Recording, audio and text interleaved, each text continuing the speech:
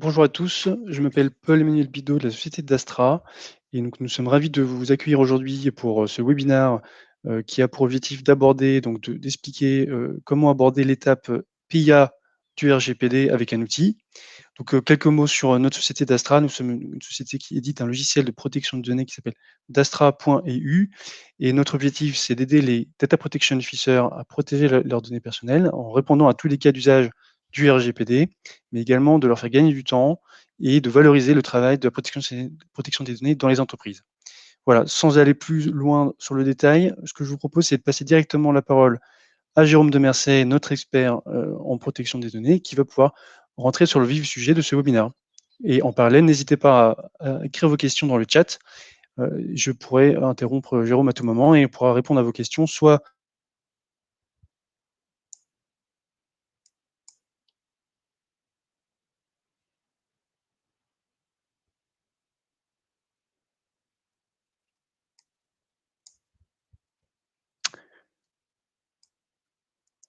voilà, Allô? Jérôme, c'est Oui. à toi.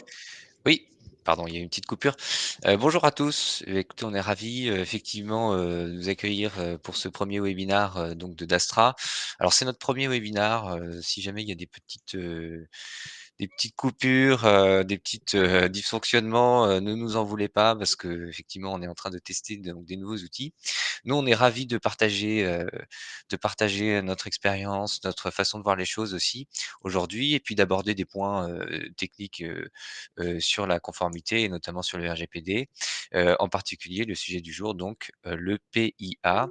On va voir comment est-ce qu'effectivement, ce PIA, qu'est-ce que c'est? De quoi parle-t-on? Qu'est-ce qui est impliqué? Qui doit réaliser ce PIA? Comment on doit réaliser ce PIA? Finalement, c'est quoi les enjeux de ce PIA? Et enfin, comment est-ce que, ce PIA peut s'inscrire, et se réaliser à travers des outils, et puis plus particulièrement l'outil d'Astra, hein, donc Paul-Emmanuel vous a présenté, juste avant, donc cette plateforme qui va vous permettre, on l'espère, nous, en tout cas, on le croit, aussi de gagner du temps et d'optimiser vos processus. Si vous avez des questions, vous n'hésitez pas à le mettre dans le chat. Sachez aussi une chose, c'est que nous enregistrons le webinar, donc il sera aussi disponible en replay. Qu'est-ce que c'est qu'un PIA? La première chose à savoir donc, sur le PIA, c'est effectivement qu'il s'agit donc d'une analyse d'impact sur la protection des données. C'est un mécanisme donc de conformité, hein. C'est quelque chose qui est mis en avant par le RGPD, qui est obligatoire au sens du RGPD, donc le règlement général sur la protection des données, en particulier à l'article 35. Le PIA, ça a un objectif principal, c'est de, répondre à ces obligations de responsabilisation des acteurs, donc on dit d'accountability, et c'est d'apporter une preuve que les traitements qu'on met en place, répondent, donc au RGPD, sont conformes. Voilà, ça c'est vraiment, l'objectif de cette analyse, c'est finalement de apporter une preuve et effectivement d'analyser les risques, mais, généralement les risques, on devrait toujours les analyser. Donc, ça consiste à identifier et minimiser des risques qui sont des risques d'atteinte aux droits et libertés des personnes dans un traitement de données à caractère personnel. C'est important de préciser donc qu'il s'agit d'une étude de risque pour les personnes et non pour l'organisation, hein. C'est-à-dire qu'on va identifier des risques qui sont portés par un traitement de données à caractère personnel, hein. Donc, je ne vais pas revenir sur toutes ces notions, hein. Vous pouvez aller visiter le site d'Astra pour avoir de plus amples informations. Mais en tout cas, l'objectif, ça va être effectivement d'étudier les risques sur les droits et libertés des personnes et non pour l'organisation. C'est ça qui est important. Alors, l'appellation PIA, effectivement, on a privilégié ce mot-là. C'est le mot plus simple qui est utilisé majoritairement dans tous les environnements. Il faut voir que ce PIA, c'est pas quelque chose qui ressort que du RGPD, hein. Les analyses d'impact sur la protection des données ou les Privacy Impact Assessment, c'est quelque chose d'assez courant, d'assez global. On retrouve ça aussi dans d'autres réglementations dans le monde entier. Voilà, ça aussi un DPIA, le Data Protection Impact Assessment, ça peut être l'AIPD, le IVP, tous ces éléments-là sont la même chose, c'est le PIA.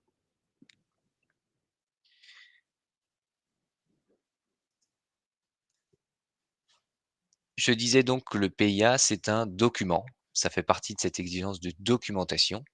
C'est un document qui, a été, est précisé alors au sens du RGPD, il y a une obligation qui contient 3 parties. 3 parties essentielles, donc une description détaillée du traitement de données, hem, donc tant sur les aspects techniques opérationnels que juridiques et ensuite 2 parties plus importantes qui vont être une partie d'évaluation, notamment, de la nécessité et de la proportionnalité des données, par exemple, mais également de tous les principes fondamentaux qui vont encadrer le traitement, que ce soit la finalité, la qualité des données, les durées de conservation et comment est-ce que sont exercés les droits des personnes. Ça, ce sont les éléments fondamentaux d'un traitement. C'est-à-dire que sur cette partie-là, on va devoir prendre, hem, tous les détails d'un traitement et passer finalement au peigne fin le traitement de données à caractère personnel et expliquer et justifier tous les choix que l'on a fait sur ce traitement, de manière très documentée. Donc c'est vraiment un écrit, hein, on attend, effectivement qu'on se pose des questions et qu'on réponde à ces questions et qu'on montre qu'on s'est posé les questions et qu'on a répondu aux questions et qu'on assume les choix qu'on a faits. Voilà et qu'on estime qu'au regard des choix qu'on a faits et ben, le traitement, est conforme au RGPD. Et ensuite, vous avez une troisième étape qui est une étude là, qu'on dit plus technique, mais effectivement qui va concerner des risques, hein, à ce moment-là, qui vont porter plus sur la sécurité des données. Donc on va retrouver les 3 risques principaux que l'on connaît bien, hein, qui sont la confidentialité, l'intégrité et la disponibilité et leurs impacts potentiels sur la vie privée. Ce qui va permettre de dégager donc des mesures, donc on dit les mesures techniques et organisationnelles, hein, qui vont permettre de, protéger, les données et donc d'éviter que les risques, donc qu'on a identifiés se produisent. Voilà, donc c'est vraiment l'objectif, c'est d'évaluer le traitement. Comment est-ce que, il est fait? Comment est-ce que sa finalité répond et conforme au RGPD? Et ensuite, quels sont les risques derrière qu'il y ait une violation de données sur ce traitement-là? Et donc, comment est-ce que je mets en place des mesures pour éviter que tout cela se produise?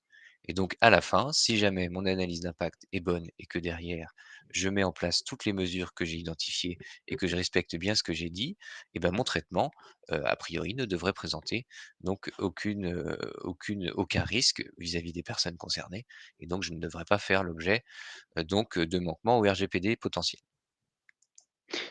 Donc effectivement, le PIA, c'est avant tout une analyse, hein, une analyse de risque. Voilà, tout à fait. Exactement, c'est une analyse de risque et c'est également une description, hein. C'est-à-dire que, il y a une analyse de risque, mais il y a également une partie très importante qui est une partie descriptive, hein. C'est-à-dire, on doit se poser les questions sur ce que c'est le traitement et comment je le mets en œuvre. Alors le PIA, sur quoi ça porte? On l'a vu, donc c'est une analyse, c'est un document qui va préciser un certain nombre de choses sur un traitement et évidemment, ça peut porter sur un traitement, hein. On va prendre un traitement, on verra dans quelles conditions les traitements, sont soumis aux exigences du PIA, mais ça peut être un traitement unique, ça peut être également des traitements similaires. Alors, il y a plusieurs choses, dans cette règle-là, c'est-à-dire que ça, c'est aussi quelque chose qui est prévu, c'est-à-dire que une fois qu'on a fait le travail sur un traitement, pour peu que les traitements que l'on va mettre en œuvre soient exactement les mêmes que celui, qu'on a fait, qu'on a déjà mis en œuvre, on va pouvoir réutiliser le même PIA, la même analyse, puisque de toute façon, ce seront des traitements tout à fait identiques. Donc finalement, le travail sera déjà fait. C'est assez logique, hein, et donc c'est quelque chose qui est accepté donc par la réglementation. C'est aussi du bon sens, finalement. Donc on va pouvoir avoir des traitements identiques, on va pouvoir avoir des traitements qui seraient partagés par plusieurs responsables de traitement. Admettons qu'on ait un traitement, voilà, qui va servir à plusieurs responsables de traitement. Derrière, on va faire un seul PIA, pour ce traitement-là. Et puis, on pourrait avoir aussi des traitements qui sont dits similaires en termes de finalité, fonctionnalité. Finalement, tout ça revient un peu au même objectif, c'est-à-dire que une fois qu'on a un traitement de données, qui, a fait l'objet d'un PIA et que on va retrouver ces mêmes caractéristiques finalement, dans un autre traitement et ben, on va pouvoir réutiliser, le PIA que l'on a réalisé. On va aussi pouvoir réaliser un PIA et c'est quelque chose qui est encouragé par la réglementation, donc sur un produit. Hein, effectivement, le PIA, on voit bien que c'est une analyse de risque, c'est une Mmh. analyse aussi documentaire, donc c'est une analyse un peu technique. Et donc généralement, un produit, donc technologique, qu'il soit matériel ou logiciel. On pense par exemple à un logiciel, ça peut être un logiciel SaaS, hein, comme Dastra par exemple.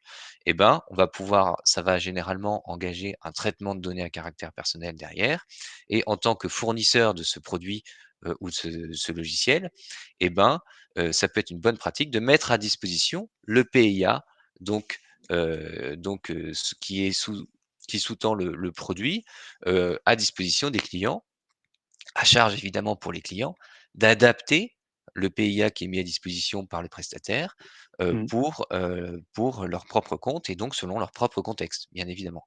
Il faut Alors savoir que le PIA, hein, il est sous la responsabilité du responsable du traitement. Oui. alors, produit technologique, pour bien comprendre, qu'est-ce que ce que ça revêt, ça peut tout à fait être des projets, par exemple des mises à jour de logiciels, par exemple. Ça peut être également, des modifications du périmètre d'un logiciel existant, en cas de fusion et d'acquisition de services. Donc, est-ce que ça veut dire, Jérôme, qu'on peut avoir plusieurs PIA pour le même traitement? Non, tu vas avoir un PIA pour un traitement. Après, dans ton PIA, tu vas envisager, l'ensemble des caractéristiques du traitement. Donc, finalement, si tu estimes que tu dois avoir plusieurs PIA pour le même traitement, peut-être que ça veut dire que tu as 2 traitements différents finalement, et donc qui vont nécessiter, à chaque fois, une analyse particulière.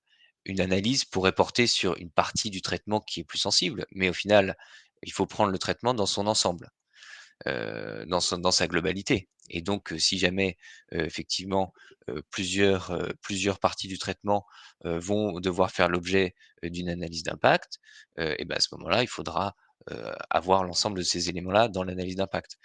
Sur le document en tant que tel, ce qui est important, c'est effectivement si on va avoir des mises à jour d'un traitement, donc d'un produit qui va servir au support d'un traitement, effectivement, on va pouvoir avoir, un une analyse d'impact qui sera faite à l'occasion, par exemple parce que dans le projet, on va mettre, un nouveau service, un nouveau produit sur le traitement qui va faire que on va rentrer sous l'obligation de réaliser une analyse d'impact. Dans ce cas-là, on va pouvoir faire cette analyse d'impact.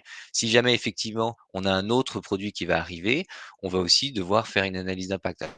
Lorsqu'on met à jour l'analyse d'impact au regard donc des nouveaux éléments qui arrivent sur le traitement, voilà, effectivement, ça va être l'objectif, ça va être d'avoir un traitement égale une analyse d'impact, sur ce sujet-là.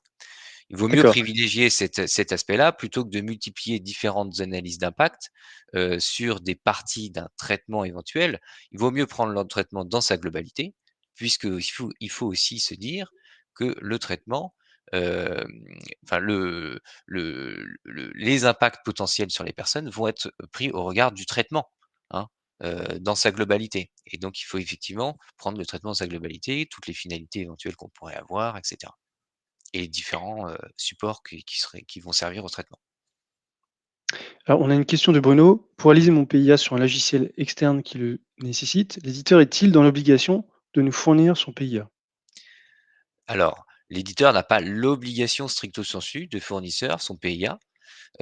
Néanmoins, l'éditeur, donc en tant qu'il va agir en tant que sous-traitant, il doit aider le responsable de traitement dans, dans la réalisation du PIA.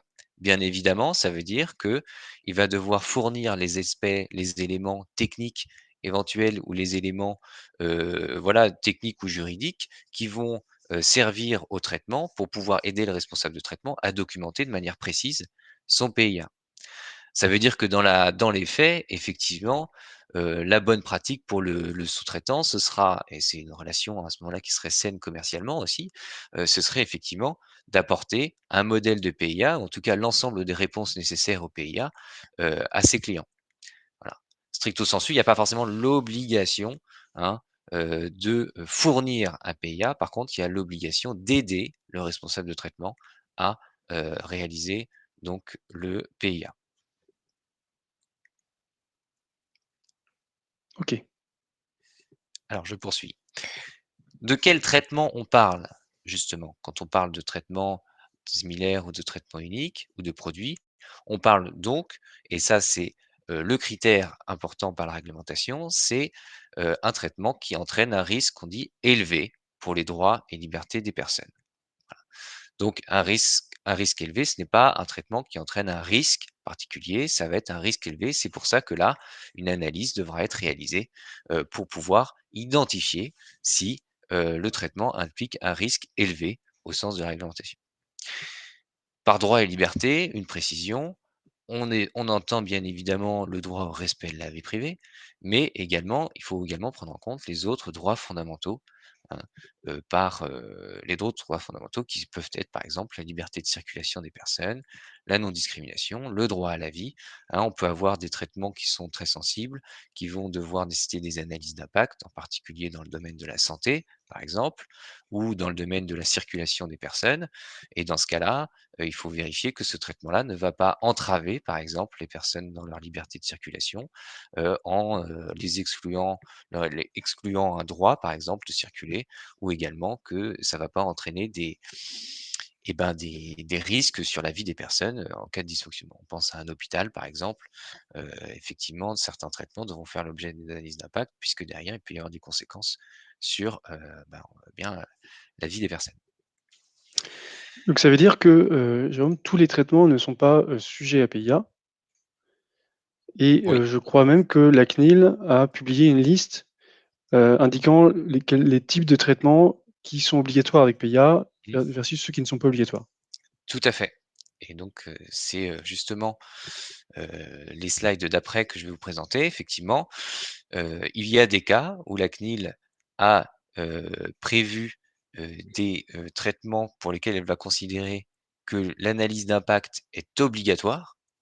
Alors ce n'est pas que la CNIL, hein, ce sont l'ensemble des autorités de contrôle européennes, hein, donc les 27 actuellement, alors même si l'Angleterre l'a fait aussi, et pour lesquels donc des traitements, alors ça va être des traitements que généralement qui vont être assez similaires au niveau des 27 autorités de contrôle, puisqu'il y a un mécanisme de la cohérence au niveau européen qui a été mis en place justement pour pas avoir des distensions entre les États membres. Donc on va retrouver, surtout un certain nombre de traitements qui vont répondre à des, critères, qui, eux, sont identifiés, à partir du RGPD, qui sont identifiés par, donc le Comité européen sur la protection des données de la protection des données, hein, donc qui est la réunion des CNIL européennes, on va dire, qui a, dans sa version antérieure qui s'appelait le G29, publié donc des lignes directrices sur finalement comment évaluer les critères, comment évaluer le risque élevé qui va nécessiter donc la réalisation d'un PIA. Ce qu'a identifié donc le CEPD, donc aujourd'hui, qui a repris donc ces lignes directrices du G29, ce sont, une série de critères qui vont, et donc avec une règle qui est finalement assez simple, à chaque fois qu'on va réunir au moins 2 de ces critères, on va pouvoir considérer que la réalisation d'un PIA est obligatoire. Alors ce sont des critères, on va les détailler, qui sont effectivement, heu assez importants et qui découlent, hein, en grande partie donc du RGPD, soit des articles du RGPD, soit des considérants du RGPD. Hein, l'un D'accord. des premiers critères, ça va être le critère d'évaluation, de notation, hein, le scoring. Effectivement, si jamais vous avez, heu donc un traitement qui va impliquer, une évaluation des personnes, une évaluation systématique, hein. On pense, dans les notions de profilage, et ben, on pourra effectivement, rentrer, sur ce critère. Le second critère, ça va être effectivement la décision automatique avec effet juridique ou similaire. On pense, évidemment, aux décisions automatisées prises par des traitements automatisés qui vont entraîner, par exemple, l'éviction, d'une personne au droit à un contrat, ou par exemple, un exemple très classique est, l'octroi de crédit par une banque lorsque vous allez, mettre en place voilà, faire une demande de crédit, Mmh. il y a une analyse automatisée selon votre profil, qui va nécessiter, donc qui va vous exclure potentiellement du droit au prêt. Voilà. Vous avez un autre critère qui est la surveillance systématique, hein, quand vous allez, hem, donc utiliser, donc prendre un traitement pour, contrôler ou surveiller des personnes, concernées par le traitement, hein. Donc, ça va être, par exemple, notamment des, hem, des dispositifs de vidéo surveillance, dans des espaces publics, par exemple, où vous allez avoir de la surveillance automatique. Les données sensibles, alors on parle de données sensibles, effectivement, on a la catégorie de données, sensibles au sens du RGPD qui vont être les données de santé, les données relatives aux opinions politiques, aux convictions religieuses et cetera, la vie sexuelle. Et également ce qu'on va considérer des données qu'on va dire, heu, à caractère hautement personnel, hein. Ça va être des données qu'on pourrait, considérer importantes pour la vie privée des personnes, un peu au sens sensible au sens commun, du terme. Ce serait par exemple, voilà, les communications électroniques, un peu privées des personnes. Ce serait également, par exemple, les coordonnées bancaires ou les identifiants de carte bleue, par exemple, des personnes qui peuvent avoir des préjudices importants, hein, sur la vie quotidienne des Mmh. personnes. Et justement sur le critère des données sensibles, il y en a une question de Delphine. Oui. Les logiciels utilisés pour la santé, qui sont marqués CE, doivent-ils en supplément avoir un PIA fait par le fournisseur du logiciel, plus celui de l'utilisateur, l'hôpital par exemple? Alors marqué CE, ça veut dire, Communauté européenne. Alors et peut-être là, je vois pas forcément le détail de ce que ça signifie, mais je pense qu'effectivement, la plupart des logiciels pour la santé, s'ils mettent à disposition leur outil, une bonne pratique, ce serait qu'effectivement, ils mettent à disposition, un PIA fait par le fournisseur. Je pense qu'aujourd'hui, il y a encore assez peu de fournisseurs qui le font, parce que, c'est quelque chose qui est pas forcément encore, que tout simplement fait parce qu'il y a d'autres chantiers priorisés. Néanmoins, c'est ce que je disais tout à l'heure, hein, c'est important que le fournisseur du logiciel puisse apporter son aide au responsable de traitement, dans le cadre de son PIA. Soit il met un PIA, soit de toute façon, il doit aussi, dans le cadre de son obligation de conseil derrière, ce qui va fournir un service, lui apporter les éléments qui vont lui permettre de garantir que l'outil qu'il va utiliser, eh ben, va lui permettre d'assurer une conformité avec, avec le RGPD. Hein. Dans le cadre d'un hôpital, effectivement, je pense que c'est aussi une bonne chose aussi à l'hôpital de solliciter, ses fournisseurs de logiciels, et donc sur les outils sur en tout cas les modèles de PIA, en tout cas les réponses qui peuvent aider à réaliser les PIA. Je pense qu'aussi, si et c'est une question de il y a aussi une question derrière de relations commerciales, en tout cas de relations aussi clientèle avec, ces éditeurs logiciels. C'est-à-dire que plus vous allez solliciter aussi, les prestataires sur ce type de questions-là, je pense que eux, au fur et à mesure des réponses, et beh, ce sera plus facile pour eux de pouvoir apporter un modèle de PIA tout fait.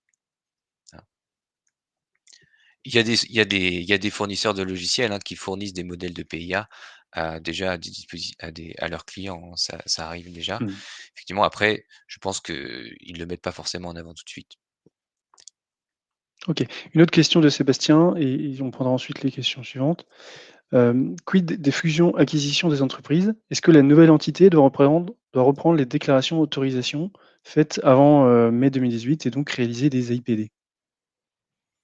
Oui, alors ce qu'il faut se dire, c'est que, là, on n'est pas sur une question hem, de PIA, c'est-à-dire que c'est la transmission de la responsabilité de traitement. À partir du moment où un traitement avait été déclaré ou autorisé à la CNIL avant mai 2018, alors pour information, hein, c'est finalement à partir dans 20 jours cette problématique enfin, il y aura plus ce problème-là, j'y revenir. Mais effectivement, dans ce cas-là, il y a pas de difficulté. Vous allez réutiliser ces déclarations-là, donc il y a pas de problème, hein. Une fois qu'on est dans une fusion-acquisition, généralement, on va récupérer l'ensemble de la responsabilité et traitement mis en place et donc l'ensemble des formalités qui ont été mises en place aussi. Voilà. Il y avait une autre question, non? C'était ça? C'est bon? Oui, l'autre était une précision, de Delphine sur le marquage CE, mais on prendra peut-être ça, tout à l'heure. D'accord, d'accord, OK. Alors juste pour continuer, donc effectivement, donc dans les différents critères, hein, on a le critère de large échelle. Large échelle, hein, il faut entendre ça, au un peu dans la même définition que pour les DPO, hein. C'est-à-dire qu'on va avoir ces conditions-là, de traitement à grande échelle, que ce soit au niveau régional, national ou international. Effectivement avec des définition qui est toujours un peu difficile à appréhender, puisqu'il faut toujours prendre les éléments en valeur absolue ou en valeur relative. Donc il y a vraiment là un travail aussi contextuel par rapport au traitement, et finalement de considérer est-ce qu'on se considère en large échelle ou pas? Vous avez enfin le critère du croisement de données. On va, croiser, différents traitements, les données qui proviennent de différents traitements entre eux, potentiellement, qui peuvent présenter potentiellement des risques, en tout cas pour les personnes derrière. Vous avez enfin un critère qu'on dit de personnes vulnérables. Le critère de personnes vulnérables, ce seront des personnes, qui seront, qui n'auront pas forcément de la maîtrise donc du traitement des données, personnelles derrière. On pense par exemple à des patients dans un hôpital, on pense à des enfants. Alors il y a aussi ce qui a Mmh. été mis en place, les salariés dans une entreprise, dans un certain nombre de traitements potentiels. Il ne faut pas non plus considérer que l'ensemble des traitements, on va les considérer comme des personnes vulnérables. C'est aussi quelque chose de contextuel, à mon avis, à prendre derrière, hein. C'est par rapport au traitement et au processus, comment est-ce que la personne se positionne? Usage innovant, c'est, aussi pour faire face donc aux nouvelles technologies, aux nouveaux produits qui peut être mis en place et c'est aussi, his l'objectif est d'anticiper éventuellement des produits ou des services qui n'auraient pas déjà fait l'objet d'analyse où on n'aurait pas suffisamment de recul pour savoir finalement quel serait l'impact sur les personnes concernées. Vous allez avoir le blocage d'un droit et d'un contrat, ce qu'on évoquait tout à l'heure, voilà, un traitement qui va entraîner le blocage d'un droit et vous avez un autre critère qui ne fait pas partie des 9 critères donc du G29, mais qui est un critère important, qui est le transfert hors de l'Union européenne, qui est, là pour le coup, selon la sensibilité du transfert, peut aussi présenter un risque pour les personnes concernées. On voit bien effectivement que, les, questions de transfert hors de l'Union européenne sont aujourd'hui des questions, prééminentes, et y compris, que les principales problématiques dans les transferts concernent généralement la protection des droits des personnes. Voilà, vous allez aujourd'hui Schrems II, l'arrêt Schrems II qui interdit les transferts aux États-Unis, heu, donc hem, de manière systématique avec le Privacy Shield sur la base du fait que, effectivement, les droits des personnes n'étaient pas assurés. Donc on pourrait considérer qu'il y a un risque là pour les personnes concernées, voilà, qui pourrait aboutir. Il faut prendre l'ensemble de ces critères-là et finalement, les prendre en considération pour, évaluer le risque. Cette évaluation du risque, elle doit aussi être un peu documentée. Donc on doit aussi l'expliquer quelque part et donc si on a 2 critères, on va forcément se dire que d'accord, on va prendre, la décision de faire un PIA. Si on a aussi on peut avoir des traitements qui n'ont qu'un seul critère, mais la seule sensibilité de ce critère suffira à se considérer qu'il faut faire un PIA. Ce qui est recommandé par la réglementation, c'est que dans le doute, si jamais on ne sait pas, il vaut mieux faire un PIA que de ne pas en faire. Voilà. Bon, effectivement, hein, et ce qu'il faut se dire, hein, c'est que le PIA, de toute façon, hein, va permettre derrière, de pouvoir assurer la conformité du traitement au RGPD. Alors je reviens, il y avait des listes effectivement qui ont été publiées, hein. Les listes finalement vont donner des exemples de traitements, qui sont susceptibles donc de faire l'objet de PIA, tout simplement. Des traitements généralement assez courants sur la base donc des différents critères qu'on vient de voir. Hein, que ce soit la gestion des alertes professionnelles, on va avoir des personnes vulnérables, avec des données sensibles, que ce soit par exemple le profilage de personnes, hein, j'ai utilisé l'octroi de crédit, tout à l'heure, ou encore, voilà, les données génétiques de personnes vulnérables, donc là, pour les patients dans un hôpital, éventuellement, ou pour la recherche médicale. Il y a aussi également une liste, de traitements, qui a été publiée par la CNIL, là, cette fois-ci, pour, les traitements donc dont les PIA ne sont pas obligatoires. C'est-à-dire qu'on ne se posera pas la question de savoir si ce traitement-là doit ou non faire l'objet d'un PIA. Hem, c'est pas une obligation pour toutes les autorités de contrôle, c'est une possibilité. La CNIL a usé de cette possibilité-là. Par exemple, la Belgique ne l'a pas encore fait, peut-être qu'elle le fera un jour et voilà, c'est pas exclu que l'ensemble des autorités le fassent. Ce qui a été fait par la CNIL, c'est, heu, couvrir les situations finalement, des traitements les plus courants, qui ne présentent généralement pas de risque pour les personnes. Alors Ça va être les traitements mis en œuvre notamment par les PME, hein, donc les traitements qu'on va considérer sans risque, le traitement RH, la comptabilité, les chèques restaurants, hein. Ça va être aussi la gestion, des comités d'entreprise ou alors l'exercice des avocats à titre individuel, par exemple, ou même, des médecins libéraux, sur leur activité. On va considérer qu'ils n'auront pas nécessairement à réaliser de PIA et c'est aussi une pratique derrière pour, aider aussi à la mise en œuvre de toutes ces obligations, par le responsable du traitement quand, il n'a pas forcément les moyens de faire, ces analyses d'impact. Le PIA n'est pas obligatoire non plus quand, effectivement les risques ne sont pas élevés, hein. Donc on l'a vu, cette analyse-là est importante et puis effectivement s'il y a déjà un PIA qui a été mené sur ce traitement, à ce moment-là, on l'a vu tout à l'heure, il n'y aura pas l'obligation de refaire ce PIA.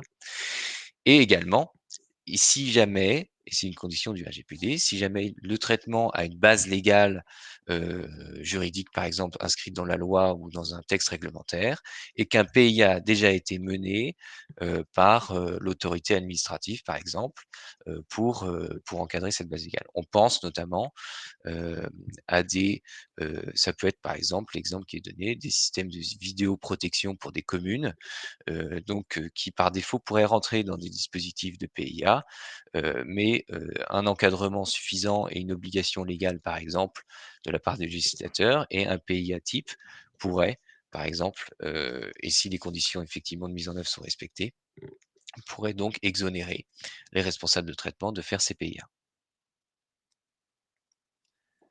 Alors je poursuis. Vous avez dans tous les cas, une analyse, donc on disait la nécessité de réaliser un PIA doit être faite, soit mon traitement est dans ces 2 listes, soit donc je réponds à un des critères. Voilà. Hein, on peut aussi faire des PIA, si jamais on ne rentre pas dans ces critères, hein, c'est un bon exercice pour se poser les bonnes questions, hein. Quand dois-je faire un PIA? Alors, dans la pratique, le PIA doit être fait avant la mise en œuvre du traitement, hein, ça c'est quelque chose qui est imposé. Effectivement, c'est un mode projet, hein, ça fait partie du privacy by design, c'est-à-dire que finalement, on va se poser toutes les questions avant de mettre en œuvre le traitement et on analyse les risques. Et puis, si on considère que les risques sont donc acceptables, on va pouvoir mettre en œuvre le traitement, hein. Et donc, effectivement, en pratique, c'est compliqué parce que généralement, on va mettre en place le traitement et puis on fera le PIA après. Effectivement, ce qu'il faut, c'est aussi se rentrer dans cette logique privacy by design. Ça implique aussi de transformer sa gestion et ses projets, son mode projet, et donc de se poser l'ensemble de ces questions-là avant la mise en œuvre d'un traitement. Ça peut être un outil effectivement en plus qui va pouvoir aider à la décision, c'est-à-dire que on va pouvoir décider de la mise en œuvre de traitement, selon les risques aussi, on pourra dire effectivement: «Non, c'est trop risqué, je ne prends pas le risque de le mettre en œuvre». Ça peut aussi anticiper des coûts, hein, si jamais vous avez des coûts de mise en conformité ultérieurs, vous avez mis en œuvre un traitement, si vous n'avez pas anticipé le PIA ou en tout cas l'analyse de risque préalable, et ben, vous allez pouvoir aussi faire face à des coûts ultérieurs si jamais vous avez, par exemple, une mise en conformité qui vous est demandée, alors que ce soit par une autorité de contrôle ou que ce soit aussi tout simplement par le marché, hein. Et puis, vous avez les traitements existants, hein, donc ce qu'on évoquait tout à l'heure. Les traitements existants, évidemment, bon, ils ont déjà été mis en place, donc là, vous devez mettre en place les PIA sur ces traitements, heu, ultérieurement, mais en tout cas, vous devez le faire. C'est pas parce que les traitements existent qu'il ne faut pas faire de PIA. Les D'accord, donc PIA, il y a un ouais, rattrapage possible. ouais, tout à fait. Alors, il y avait une période finalement pas de tolérance, mais en tout cas, il y avait une période de 3 ans qui avait été fixée par la CNIL dans ses lignes directrices sur les PIA, pour les traitements qui avaient justement déjà fait l'objet d'une déclaration ou d'une autorisation préalable à la CNIL et qui n'ont pas fait l'objet de modifications substantielles. Et c'est pour ça qu'on parle beaucoup des PIA en ce moment, parce qu'on arrive au terme des 3 ans, hein, de cette période. Donc le 25 mai 2021, cette période de 3 ans sera écoulée et donc théoriquement, tous les PIA devraient être réalisés sur l'ensemble des traitements, y compris ceux qui ont été déclarés ou autorisés avant le 25 mai 2018. Voilà. Alors, ça veut aussi dire que les PIA doivent être faits sur tous les traitements qui ont été réalisés, mis en place depuis le 25 mai 2018. Voilà. Alors Dans la pratique, on sait bien que c'est pas forcément le cas, ça veut pas dire aussi, je pense, que la CNIL va tout d'un coup, heu, hem, faire des vagues de contrôle sur ce sujet-là. Par contre, ça veut certainement dire que, lors de ces contrôles, elle prendra en considération le fait qu'un PIA devait être fait, y compris sur les traitements mis en œuvre avant le 25 mai 2018. Dans tous les cas, ces PIA, ce qu'il faut savoir, c'est que c'est pas un processus, on va dire one shot. Ce sont des processus continus. Ça doit être révisé régulièrement.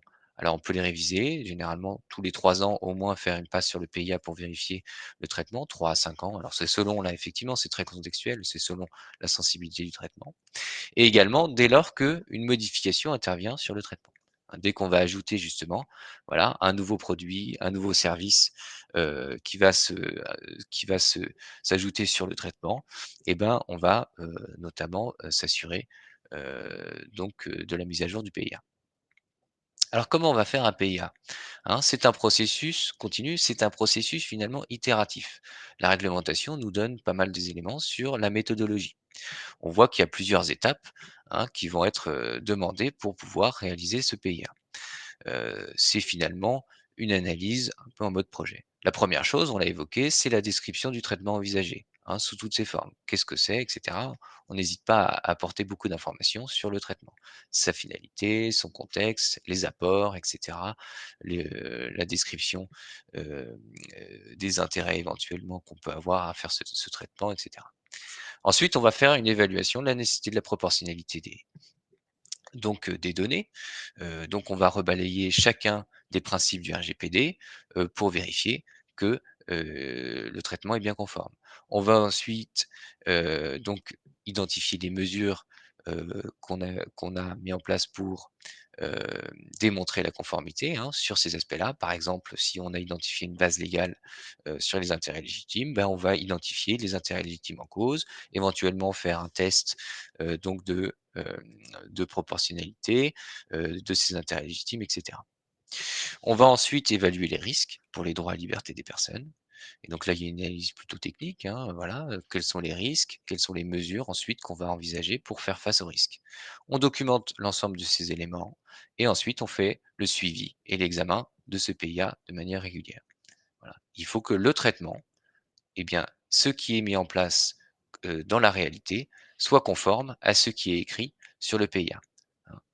C'est la même chose pour votre registre des activités de traitement. Quand vous avez votre registre, vous avez identifié un certain nombre de choses dans votre registre, et ben, ça doit correspondre à la réalité. Le PIA, c'est finalement une fiche de registre beaucoup plus aboutie, avec une analyse de risque. Voilà. Donc ce qu'on évoquait, comment faire ce PIA? Donc première étape, on avait dit la description. Alors je reviens pas forcément sur la description, mais je vous montrerai tout à l'heure. La description, du traitement, va permettre ensuite d'évaluer les mesures de nécessité et de proportionnalité. Qu'est-ce qu'on doit faire? On doit faire un examen en profondeur. Donc on Alors doit j'arrête oui, peut-être, vas-y. rapidement, Jérôme, puisque pour insister sur un point que tu as évoqué à l'instant qui me semble très important, qui est de dire que, déjà pour faire un PIA, il faut d'abord avoir fait sa fiche de traitement. Puisque un PIA, c'est une fiche de traitement améliorée avec une analyse du risque. C'est bien ça? Tout à fait. Mmh. Ah bien Donc sûr, ça on peut n'exclut pas le fait de réutiliser le mettre dans le registre. Ouais. donc on peut réutiliser les informations du registre de traitement pour, s'attaquer au PIA. Oui, tout à fait. Oui, tout à fait. Vous avez à avoir dans le registre déjà des éléments identifiés. Hein, que ce soit la finalité, que ce soit les catégories de destinataires, que ce soit les personnes concernées, et cetera. Ces éléments-là que vous allez pouvoir aussi identifier dans votre PIA. Et donc dans votre PIA, vous allez aussi devoir par contre vous poser la question sur les principes fondamentaux. Finalement, c'est aussi, des questions qu'on devrait se poser sur chacun des traitements. Sauf que là, on vous demande donc de l'écrire. C'est-à-dire de prouver que vous vous êtes posé les bonnes questions et d'y répondre. Donc les finalités, la finalité, bah, voilà, on prend les critères d'une finalité. Est-ce qu'elles sont déterminées, explicites, légitimes? On explique. Le fondement, donc juridique du traitement, la base légale, voilà, quelle est la base légale, et cetera. Est-ce que, derrière, la compatibilité avec des finalités ultérieures?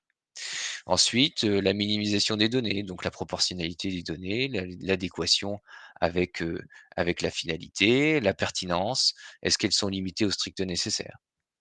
La qualité des données, comment est-ce qu'on s'assure que les données sont exactes et sont mises à jour? Et enfin, voilà, la durée de conservation pour chacune de ces données. Comment est-ce qu'on s'assure que ces données de conserv ces données sont limitées donc, à une conservation, limitée à la finalité, donc pour accomplir la finalité. Voilà. C'est finalement, des éléments, assez basiques, hein. On se pose des questions, mais sauf qu'on doit l'écrire. Voilà. Ensuite, on se pose des questions sur les droits. Comment est-ce qu'on va appliquer les droits des personnes? Comment est-ce que les personnes sont informées? Comment est-ce que si jamais il y a du consentement, comment est-ce qu'il est recueilli? Est-ce qu'on respecte bien les conditions du consentement? Hein, qu'on évoque depuis longtemps, notamment avec les histoires de cookies. Ce sont les mêmes. Comment est-ce qu'on applique le droit d'accès et la portabilité? Si jamais, la personne me fait cette demande, genre, est-ce que ce droit-là s'applique? Si jamais il y a une rectification, un effacement, et cetera. Et donc on doit se poser à chaque fois la question sur chacun de ces points-là et identifier des réponses et dire: «OK, j'ai prévu ça, j'ai prévu ça, j'ai prévu ça, j'ai prévu ça. Voilà ce qui se passe». Par exemple, dans le cadre de mon traitement. Avec mes sous-traitants, est-ce que j'ai bien identifié mes sous-traitants? Est-ce que j'ai des bonnes relations avec eux? Est-ce que j'ai des contrats justement, là-dessus? Est-ce que, par exemple, il y a des transferts en dehors de l'Union européenne? Et dans ce cas-là, quelles sont les garanties? Est-ce que je les connais? Est-ce que je les maîtrise? Voilà. Alors évidemment, pour faire tout ça, il y a un travail qui a été fait aussi de normalisation qui est fait par les autorités de contrôle, ou aussi par le marché, par les secteurs, hein. Donc il faut s'aider, s'appuyer sur les référentiels sectoriels. La CNIL a déjà publié certains référentiels, hein, que ce soit sur les ressources humaines, hein, que ce soit sur les alertes professionnelles, que ce soit dans le secteur de la santé. Voilà, il y aura aussi effectivement des codes de conduite sectoriels. Alors aujourd'hui, il n'y en a pas encore en France, mais effectivement, le marché, les têtes de réseau vont devoir faire des codes de conduite qui vont permettre d'aider à réaliser ces PIA. Finalement, parce que toutes ces questions-là, sur les principes fondamentaux, seront déjà anticipées à travers ces référentiels et ces normes. On peut aussi se poser la question avec les normes préexistantes, hein, les normes simplifiées, qui ont peut-être plus de valeur, mais en tout cas qui vont permettre d'apporter déjà des cadres. Ensuite, on doit faire une analyse de risque. Hein, donc pour chacun des risques pour chaque événement, hein, redouté, donc sur les données, hein, qu'on a évoquées, hein, donc la disponibilité, la confidentialité, et cetera. On va devoir identifier, donc quels sont les impacts, potentiels en cas d'atteinte, donc en cas de réalisation de cet événement redouté sur la vie privée. Donc on va devoir mesurer ces impacts et ces menaces. On va devoir mesurer en termes de gravité et en termes de vraisemblance. C'est-à-dire, voilà, est-ce que l'impact, par exemple, sera suffisamment grave? Mais quelle est sa vraisemblance? Quelle est la possibilité qu'il se réalise? Voilà, donc on va devoir mesurer ces éléments-là et donc ensuite, ça va nous permettre de déterminer des risques qu'on dit initiaux, c'est-à-dire, voilà, sans mesure complémentaire, voilà les risques que présente le traitement. Si jamais le traitement, on va considérer que les risques sont élevés, donc par exemple la menace, donc d'un événement redouté, est très vraisemblable, et ben, je vais devoir mettre en place des mesures complémentaires. Alors des mesures techniques, hein, que ce soit des mesures, voilà, par exemple de mettre un mot de passe plus fort, que ce soit par exemple, mettre en place du chiffrement ou m'assurer de ce genre de choses-là, pour réduire ces risques. Une fois qu'on aura réduit ces risques, on parlera à ce moment-là des risques résiduels. Et donc, ce sont ces risques-là, hein, qu'on va considérer derrière pour savoir si on peut mettre en œuvre donc le traitement. Pour que on puisse mettre en œuvre ce traitement, il ne faut pas donc qu'on ait des risques résiduels qui soient élevés. Hein, ça, c'est important. Alors, juste pour continuer là-dessus, finalement, qui va être impliqué sur le PIA? Évidemment, le PIA, il est donc sous la responsabilité du responsable du traitement. Donc ça va être le métier du responsable de traitement qui va devoir s'en charger. Hein, l'AMOA, l'AMOE, en tout cas selon l'organisation, les responsables de la conformité, on va impliquer l'ensemble des équipes, les équipes juridiques, etc. On peut faire appel à des conseils extérieurs, des avocats, des consultants, mais il faut savoir qu'effectivement, celui qui est responsable de le faire, c'est le responsable du traitement. Ce n'est pas le DPO. Le DPO, lui, il a un rôle de conseil. Il doit par contre dire, effectivement, là, vous devriez faire un PIA sur ce sujet-là, et aussi de vérification de son exécution. Ça, c'est une obligation légale. Donc, il doit s'assurer que bah, ce qui est écrit dans le PIA, ça conforme bien à la réalité. Il va aussi pouvoir, lui, donner son avis sur le PIA. Alors Les est-ce que, personnes ouais, vas-y. j'en profite, est-ce que, les responsables, risques des entreprises, donc éventuellement la sécurité informatique, mais aussi d'autres acteurs, la conformité ou également tous les acteurs en charge de gérer les risques d'une entreprise, est-ce que ces personnes-là peuvent participer, peuvent réaliser des PIA pour le compte, de l'organisation? Bien sûr, parce que ces personnes-là qui vont gérer les risques, auront déjà en plus cette approche de gérer les risques. Il faut voir que l'approche du RGPD dans ces PIA, c'est aussi de la gestion de risques. Donc derrière, ce sera effectivement des risques qui seront différents puisqu'il faudra prendre en compte des risques sur la vie privée, ce qui sera impliquera peut-être d'avoir une approche peut-être un peu différente dans l'approche du risque. Mais derrière, effectivement, ils seront impliqués. Puisque de toute façon, il y aura aussi des éléments techniques, hein. On va prendre par exemple le RSSI qui va être aussi lui dans une approche aussi des gestion des risques, sur les risques techniques, il va être évidemment important si jamais il y a un RSSI, hein, évidemment. En tout cas, il sera important d'être présent pour pouvoir identifier des risques, notamment en termes de violation de données, hein, donc confidentialité, disponibilité, intégrité. Et puis, vous allez aussi avoir les sous-traitants, évidemment, on évoquait tout à l'heure, le sous-traitant doit apporter son aide, son assistance dans la mise en œuvre du PIA. Alors, hein, ce qu'il faut, c'est encourager les sous-traitants à fournir un modèle de PIA et également, les personnes concernées. Alors le cas échéant, c'est-à-dire qu'on peut faire, par exemple, des enquêtes dans le cadre d'un projet. Par exemple, on va mettre un grand traitement, on peut faire des enquêtes auprès du public pour, connaître son avis, son opinion sur le traitement, et donc ces éléments-là doivent être documentés. Par exemple, en RH, si on met un nouveau traitement, on peut aussi, voilà, le représentant des personnes concernées, ce sera par exemple, les représentants du personnel. On peut solliciter leur avis. La CNIL dans tout ça, effectivement, la CNIL, elle doit être consultée. Elle doit être consultée quand on dit les risques résiduels qu'on évoquait tout à l'heure sont élevés. C'est-à-dire qu'on n'arrive pas à trouver des mesures pour réduire les risques, hein. Pour dire, de plus grossièrement, c'est quand c'est évident que le risque va se produire.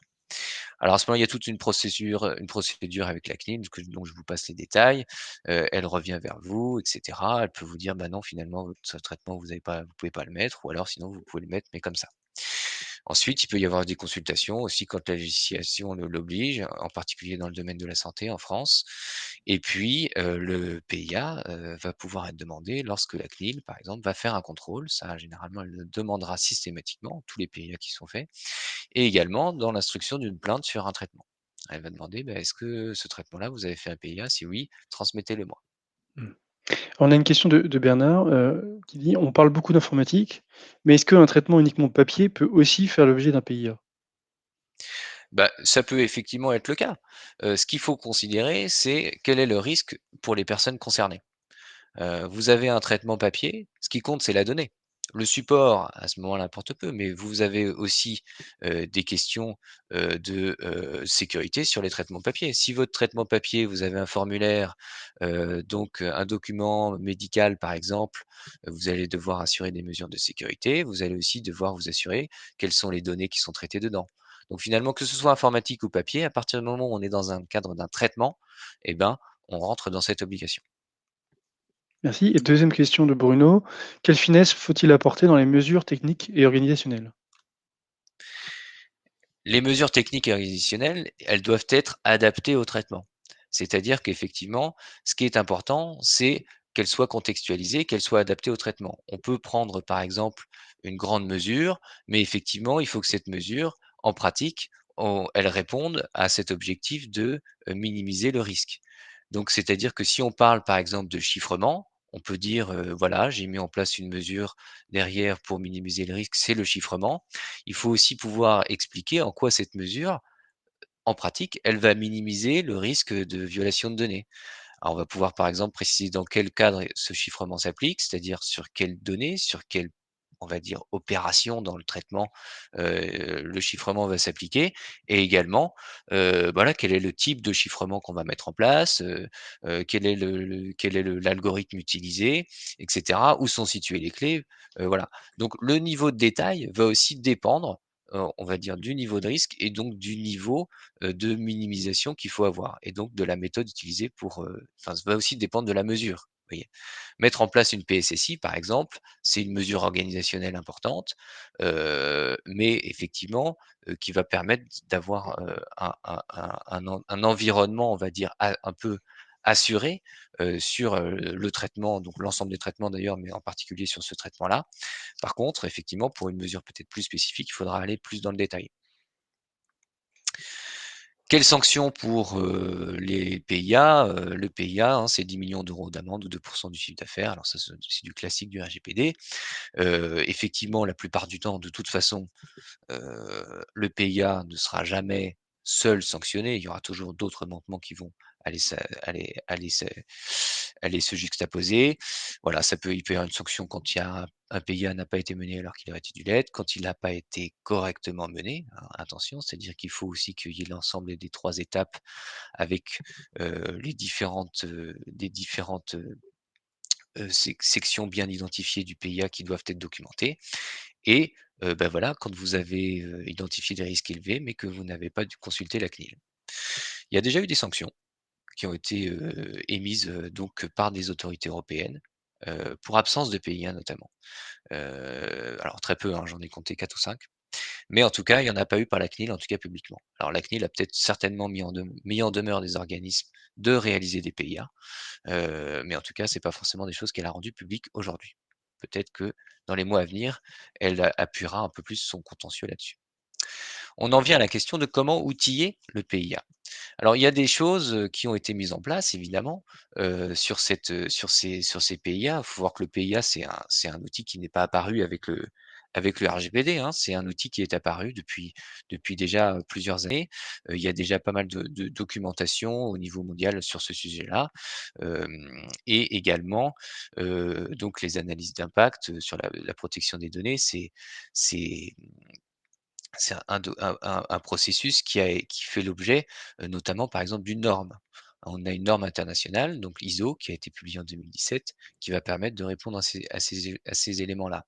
En tout cas, de apporter un cadre normatif. Vous avez aussi des autorités qui ont publié des éléments. Alors là, on a l'autorité britannique, hein, l'ICO, qui a développé, elle, un modèle assez simple, donc un formulaire Excel, qui va permettre de répondre à minima aux questions, du PIA. Vous avez la CNIL, donc avec un outil bien connu, hein, qui est son outil PIA, donc elle met à jour régulièrement, et cetera, qui fait, office un peu de référence, sur ce sujet-là et qui est beaucoup utilisé, donc qui est basé lui sur une méthode donc de gestion des risques, qui s'appelle la méthode IBIOS, qui a été développée par l'ANSSI, et donc une méthode de gestion des risques, on va dire, organisationnelle à destination des RSSI, mais là qui a été adaptée donc, sur les risques pour la vie privée des personnes. Cet outil-là, il est beaucoup utilisé. Nous, on l'a aussi beaucoup pris en considération et c'est pour ça que, chez Dastra, on a aussi, décidé de, se baser aussi sur, ce modèle de PIA, réalisé par la CNIL. Voilà. C'est un outil qu'on a mis en place, récemment donc dans notre application, qui va vous permettre notamment d'être assez simple et guidé avec, notamment des questions, de la description sur ce qu'il faut mettre, qui est basé sur la méthodologie donc IBIOS, donc la même chose que pour la CNIL et surtout qui est compatible avec les PIA réalisés avec l'outil de la CNIL. C'est-à-dire qu'on va pouvoir, et si vous avez déjà travaillé sur des PIA de la CNIL, réimporter ces PIA donc dans, Dastra, hein, ce qui va vous permettre notamment de gagner du temps, dans la réalisation des PIA. Alors je vais vous montrer après une démonstration de l'outil rapide. Juste pour poursuivre donc sur l'outil, hein, c'était aussi le cœur de notre sujet. Pourquoi est-ce qu'un outil est intéressant pour faire ces PIA? On voit bien que ce sont finalement les PIA des documentations, des documents qui sont assez, très encadrés, hein, donc qui doivent répondre à un certain nombre d'éléments. Donc l'avantage de l'outil, c'est que ça va vous guider, puis vous apporter une méthodologie qui est unique.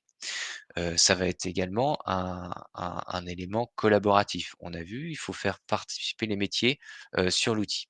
Donc vous allez pouvoir aussi faire travailler différentes personnes sur ce même outil, donc à distance. Vous allez aussi pouvoir rattacher vos PIA à différents traitements. Ce ne sera pas quelque chose d'externe, c'est-à-dire que vous allez pouvoir centraliser avec, heu, avec, heu, avec votre registre, par exemple, l'ensemble des PIA attachés. pourrez aussi, en tout cas là pour l'outil que nous avons développé avec Dastra, personnaliser vos modèles de PIA en ajoutant des questions. Vous pouvez aussi tout à fait ajouter des questions tant que vous avez l'essentiel des questions strictement nécessaires. Vous allez pouvoir ajouter, personnaliser vos modèles de PIA. Vous avez aussi la possibilité d'avoir l'ensemble des actions sur le PIA qui est tracé, historisé. Donc par rapport aux fonctionnalités PIA, on va dire, fournies par la CNIL, quels seraient selon toi, Jérôme, les différenciants principaux de l'outil d'Astra? Alors aujourd'hui, vous allez retrouver sur le schéma, un certain nombre de choses qui vont reprendre peu ou prou exactement la même chose que ce qu'on va retrouver sur la CNIL. C'est aussi dans un objectif de pouvoir travailler avec l'existant, hein. Il y a vraiment cette notion aussi de pouvoir réimporter facilement l'existant. Ce que vous allez retrouver en plus, c'est-à-dire que vous allez vous retrouver dans un outil PIA qui est attaché à une plateforme. Une plateforme où vous allez pouvoir, piloter, les risques, sur, l'ensemble des éléments, les de conformité du traite de votre organisation et notamment pouvoir les rattacher derrière à donc, des traitements. Vous allez aussi pouvoir faire collaborer, plus facilement, vos métiers, sur le PIA. En particulier, hein, et c'est lié à la fonctionnalité d'audit. Si vous ne connaissez pas, je vous invite à aller tester Dastra, de ce pas. Mais effectivement, vous allez pouvoir aussi collaborer des personnes qui sont soit internes, utilisateurs d'Astra, soit aussi externes. C'est-à-dire que vous allez pouvoir peut-être potentiellement solliciter directement votre sous-traitant pour qu'il aille vous apporter un certain nombre de réponses sur le PIA, hein. Vous allez aussi, effectivement, pouvoir personnaliser le PIA.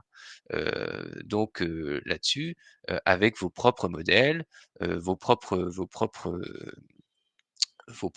et puis vous allez également pouvoir réutiliser un certain nombre d'informations que vous avez déjà documentées dans Dastra, pouvoir les réutiliser dans le PIA.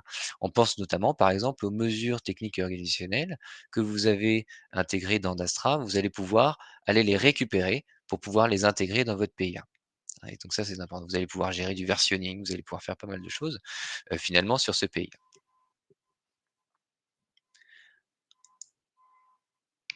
Alors normalement, ça D'accord. apparaît, heu, sous différentes formes. Juste quelques idées préconçues sur le PIA, hein, donc je reviens un peu, c'est un peu des banalités, mais c'est toujours important.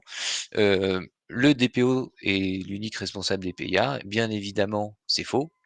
Hein, on a bien vu que le PIA, c'est sous la responsabilité du responsable de traitement. Dans la pratique, évidemment, le DPO sera forcément, la personne très en charge de la réaliser.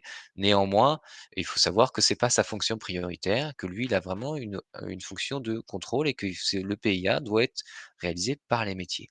Ça implique aussi pour les organisations, donc, de s'organiser sur cette question-là, de former ses équipes au PIA, de former ses équipes au mode projet et d'intégrer donc le mode projet donc dans le PIA. On voit bien que ça fait partie donc du privacy by design. Le PIA, c'est réservé uniquement à des experts, voilà, on ne peut pas faire de PIA, et cetera. Alors moi je dirais que c'est pas tout à fait vrai quand même. On a vu, on doit répondre à un processus qui est finalement assez cadré, heu, assez guidé. On doit documenter de manière très détaillée son traitement. Ça nécessite un peu de formation effectivement sur le fait de savoir quels sont les termes derrière utilisés. Néanmoins, on peut s'en sortir en réalisant un PIA soi-même,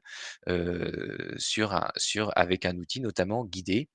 Voilà. Parfois, vous allez effectivement avoir des traitements qui sont très complexes, avec des questions très juridiques ou des questions très techniques. Dans ce cas-là, effectivement, vous pouvez solliciter des experts, mais vous allez aussi, et je pense que il vaut mieux commencer à faire des PIA, en tout cas, répondre à cette obligation, se poser toutes ces questions-là, quand bien même vous n'avez pas forcément, une expertise très particulière, puisque l'objectif, ça va être de répondre à la réglementation.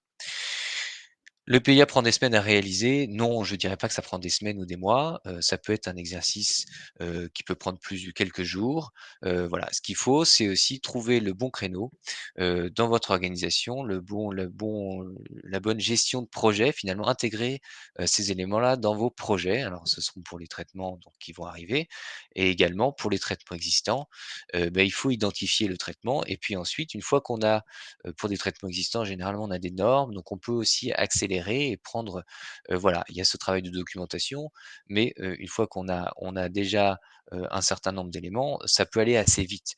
La partie la plus délicate finalement, la plus sensible, ce sera l'analyse derrière des risques finalement. Où est-ce que je place le curseur? Et cetera. Et là effectivement, il y a une méthodologie, c'est là qu'une expertise extérieure peut être intéressante. Néanmoins, il y a aussi des éléments assez guidés qui permettent aussi de pouvoir faire une première analyse. Est-ce que j'estime que le risque, est important ou pas?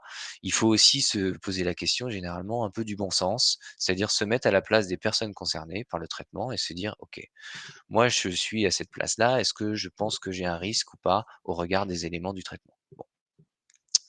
L'outil de la CNIL, doit être le seul valable pour faire des PIA. Évidemment, c'est faux, hein, la CNIL est un outil parmi d'autres. Le PIA ne doit pas être fait sur Word, évidemment, hein. Tout ça pour dire qu'effectivement, ce qui est important, c'est qu'on retrouve avec votre méthodologie l'ensemble des éléments qu'on a évoqués, hein, derrière, et qu'il y ait cette analyse de documentation, et d'évaluation des risques. Et puis enfin, effectivement, bah, voilà, on pourrait considérer: «Bah, moi je traite pas de données sensibles, j'ai pas besoin de réaliser PIA». Non, on a bien vu que le PIA n'est pas forcément cantonné uniquement à l'utilisation de données sensibles, hein. Uniquement, il y a un certain nombre de critères, donc qu'on a vus plus haut, qui vont permettre de savoir si on doit réaliser un PIA. Voilà. Parfait. Merci Jérôme. Je vois qu'on a dépassé légèrement l'heure, il est 12:03. Ce que je vous propose, c'est peut-être, si vous souhaitez avoir une démonstration de notre outil, n'hésitez pas à nous contacter en allant sur www.destra.eu/contact. Nous sommes à votre disposition. Nous vous libérons presque à l'heure. Je dis encore merci d'avoir participé à ce webinaire et nous vous souhaitons une excellente fin de journée.